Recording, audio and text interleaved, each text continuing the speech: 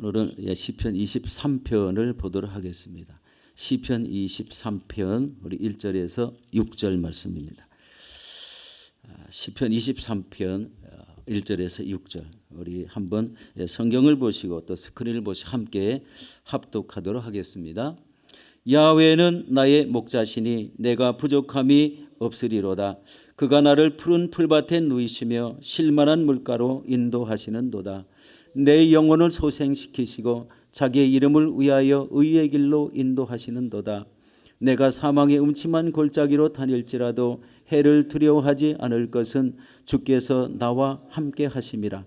주의 지팡이와 막대기가 나를 안위하시나이다. 주께서 내 원수의 목전에서 내게 상을 차려주시고 기름을 내 머리에 부으셨으니 내 잔이 넘치나이다. 내 평생의 선하심과 인자하심이 반드시 나를 따르리니 내가 야훼의 집에 영원히 살리로다. 아멘. 요즘 이제 우리 신방을 다니다 보니까 이제 날씨가 많이 풀려서 신방을 이제 하게 됐습니다. 어떤 양로는 마스크 안 써도 됩니다. 이렇게 양로원에 가니까요, 우리 마스크를 벗으라고 또 이렇게 하는 것도 있더라고요. 다른 것도 물론 우리 양로원에 가면 다 이렇게 마스크를 착용하는데 그런 곳도 있어서 참 놀랐습니다. 그런데 이런 어르신들을 찾아다 보니까 하나님이 기뻐하시는 삶이 무엇인지를 금방 알 수 있는 모습이 있습니다. 어르신들이 밝은 모습들, 그런 모습이 바로 이 하나님을 섬기는 그런 모습이 아닌가. 그 고독 속에 그 괴로움 속에 있는 것 같이 느껴지지만 본인의 그 마음은 오히려 하나님으로 말미암아 기뻐하는 이런 삶을 보고 오늘 이 말씀을 전하게 됐습니다.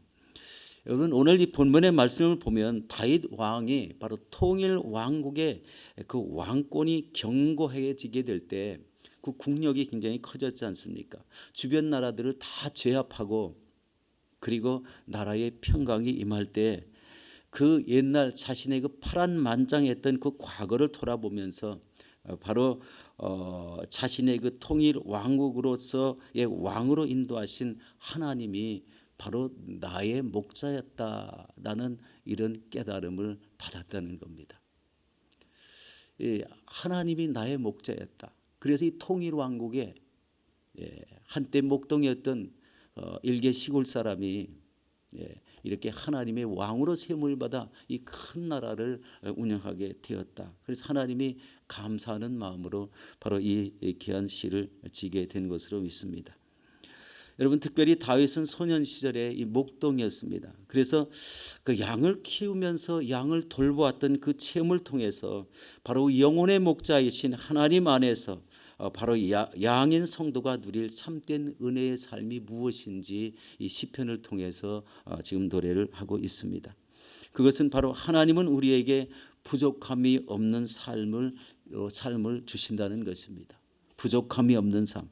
우리 시편 23편 1절에서 2절이죠. 야훼는 나의 목자시니 내게 부족함이 없으리로다. 그가 나를 푸른 풀밭에 누이시며 쉴만한 물가로 인도하시는도다. 우리 이 말씀을 천천히 읽으면요, 마음에 평안이 얼마나 임하는지요.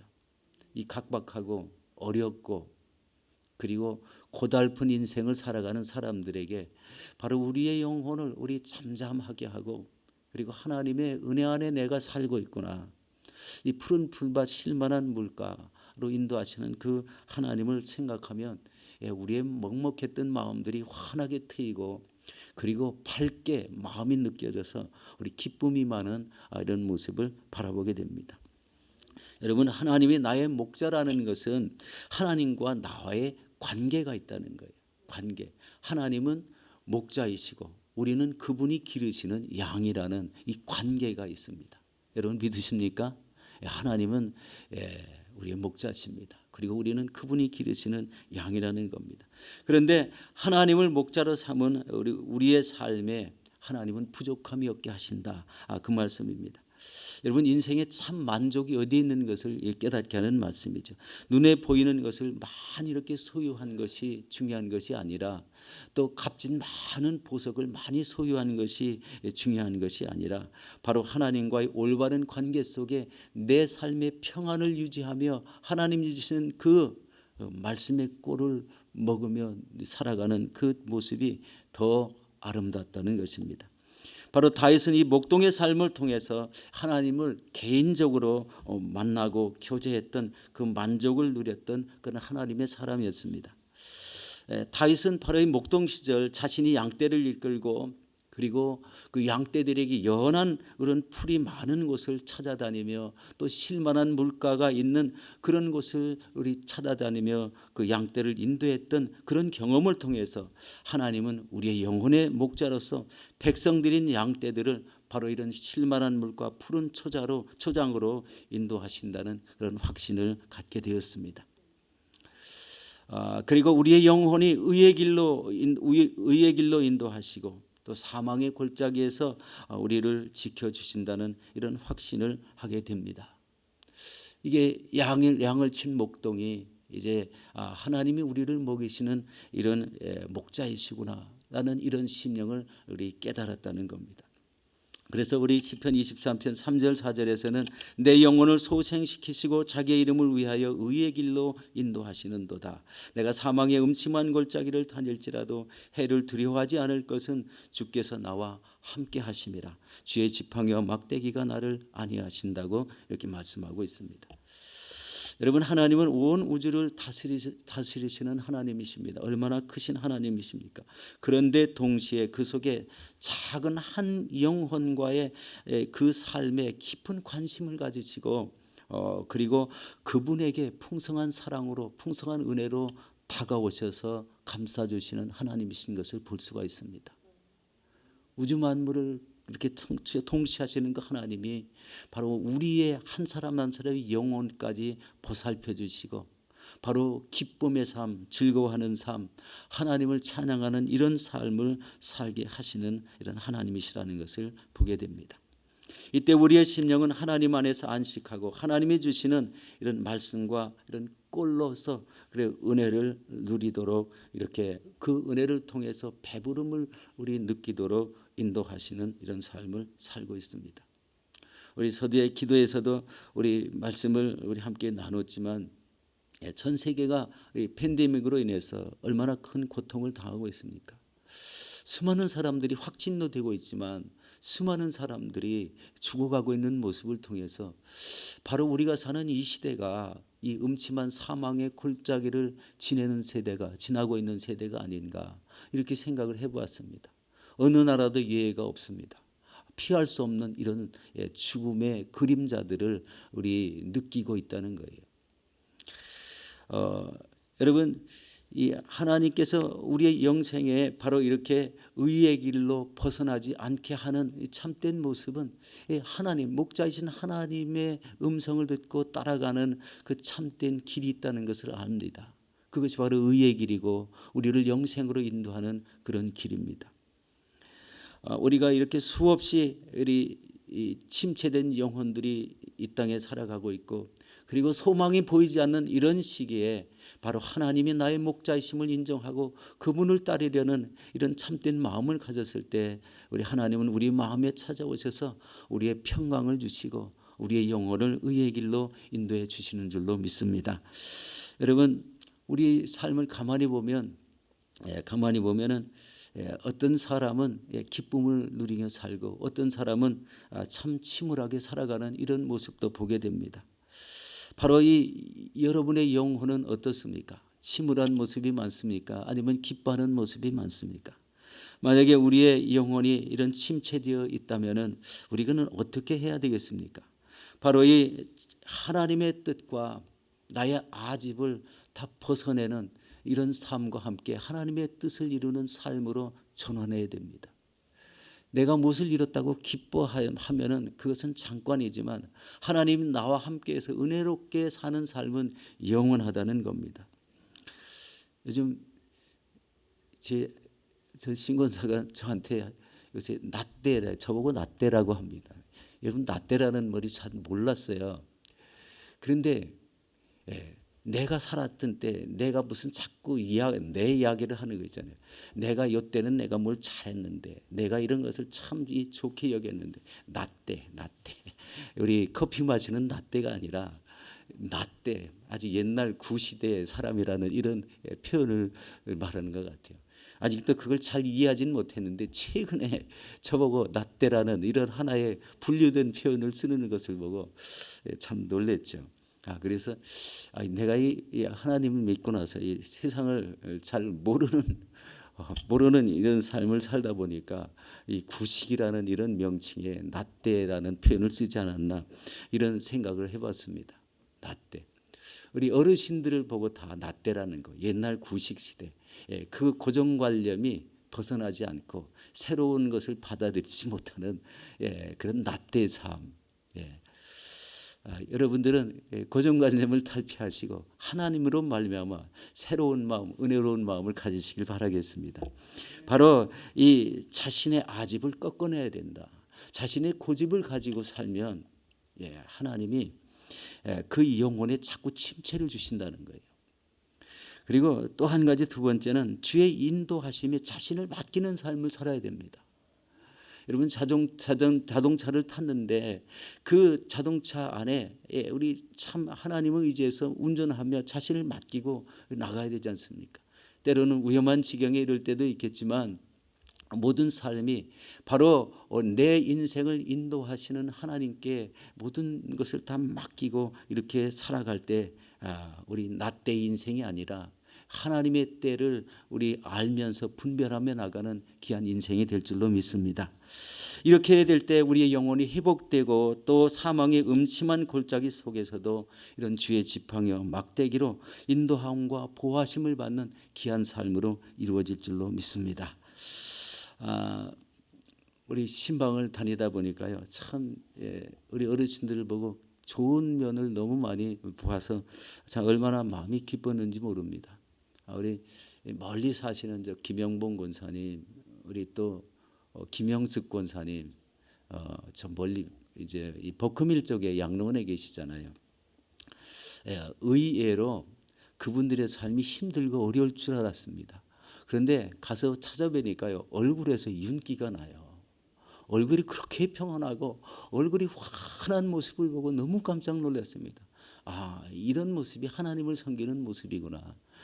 그리고 어제는 또 우리 양 권사님 찾아뵀는데 좀 많이 기도해 주셔야 됩니다. 그런데 얼마 전에 찾아뵀던 그 모습과는 전혀 다른 모습이었어요. 이마에서 막 윤기가 나고 광이 나요. 그래서 이 하나님이 섬기시는 이런 어르신들의 그 모습이 너무나 이렇게 아름다운 모습이다. 이런 귀한 얼굴을 가지고 계시다라는 것을 새삼 느끼면서 참 굉장히 어르신들을 바라보면서 많은 은혜를 받고 돌아왔습니다. 그중에 좀 어려운 마음도 좀 침침한 마음도 있었어요. 어느 권사님은 막 붙잡고 막 또 우시는 권사님도 계시고 그 삶이 이제 힘들다는 그런 표현이시겠죠. 바로 이 하나님의 인도와 보호하심이 우리 마음속에 깊이 느껴지니까 마음의 평안이 얼굴을 통해서 나타내는 것을 보게 됐습니다. 여러분의 얼굴에서 광채가 나시길 바랍니다. 하나님으로 말미암아 하나님이 인도하시고 그 은혜를 체험하는 그 얼굴의 표현이 바로 얼굴에 기쁨이 있고 광채가 나는 얼굴이 된다는 것입니다. 바로 이렇게 하나님을 말미암아 기뻐하는 삶의 결국이 바로 이렇게 되고, 그리고 더 좋은 결국은 무엇일까요?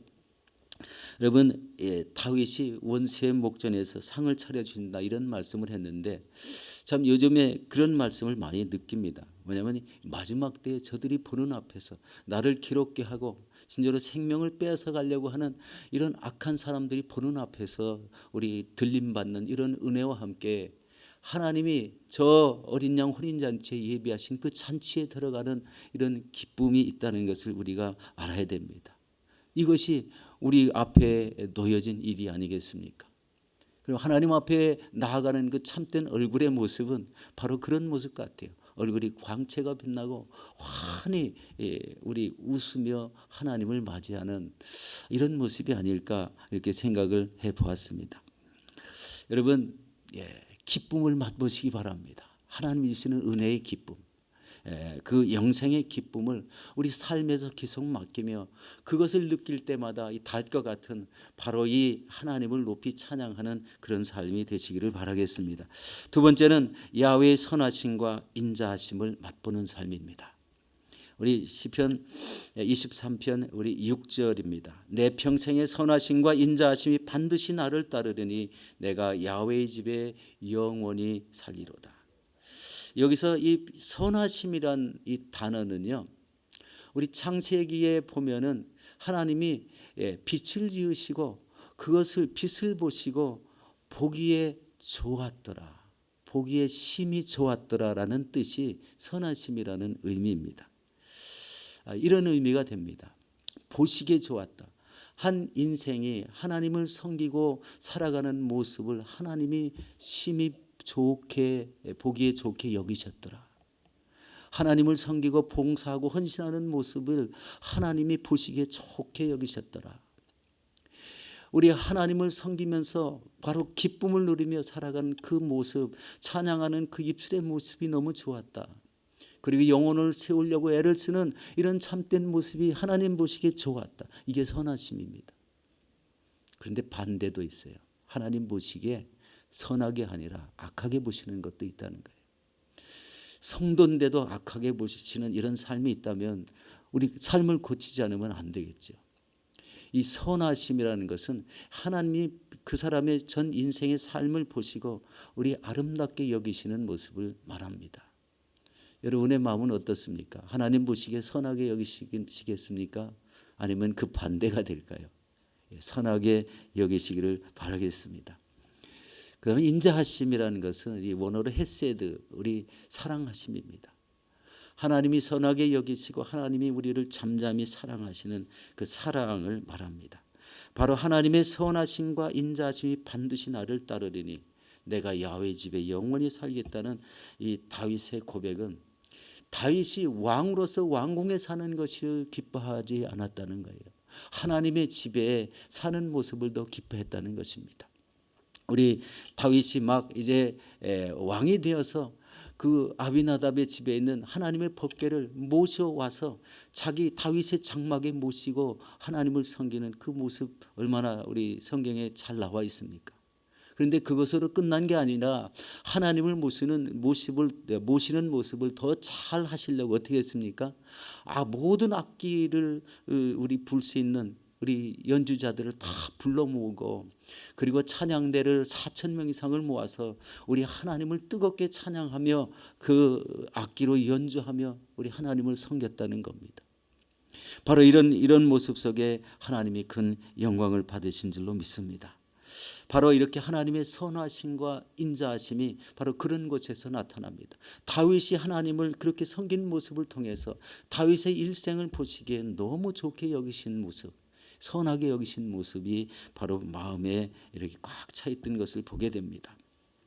여러분, 이런 우리가 인생에서 인간적으로 화려함은 하나님 앞에는 아무것도 아니라는 것을 볼 수 있습니다. 하나님을 높이며 우리가 하나님을 섬기는 과정에서 그 하나님이 보시기에 너무 아름다운 이런 삶을 보시고 참 선하심과 그 인자하심이 넘치다는 것을 우리 말씀으로 표현하게 되는 것입니다. 여러분 삶의 초점은 여러분 어디에 있습니까? 세상을 바라보고 근심하십니까? 이 팬데믹 속에 바로 나에게도 저런 고통이 임할까 우리 두려워하십니까? 하나님을 바라보시면 하나님께서 우리의 모든 삶을 지키시고 보호해 주실 줄로 믿습니다. 바로 이 하나님의 선하심을 통해서 우리는 언제나 하나님의 그 풍성한 은혜를 맛보는 우리 저와 여러분들이 되시며 또 이 땅에서 살아가는 모든 방식이 바로 하나님을 목자로 삼은 그런 하나님의 개인적인 자녀로서 바로 하나님의 올바른 관계 안에 살아갈 때 바로 하나님이 우리에게 주시는 평안과 함께 그리고 하나님이 우리를 선하시고 인자하심으로 잠잠히 사랑하시는 그 사랑을 마음껏 누리시는 저와 여러분들이 되시기를 예수 이름으로 축원합니다.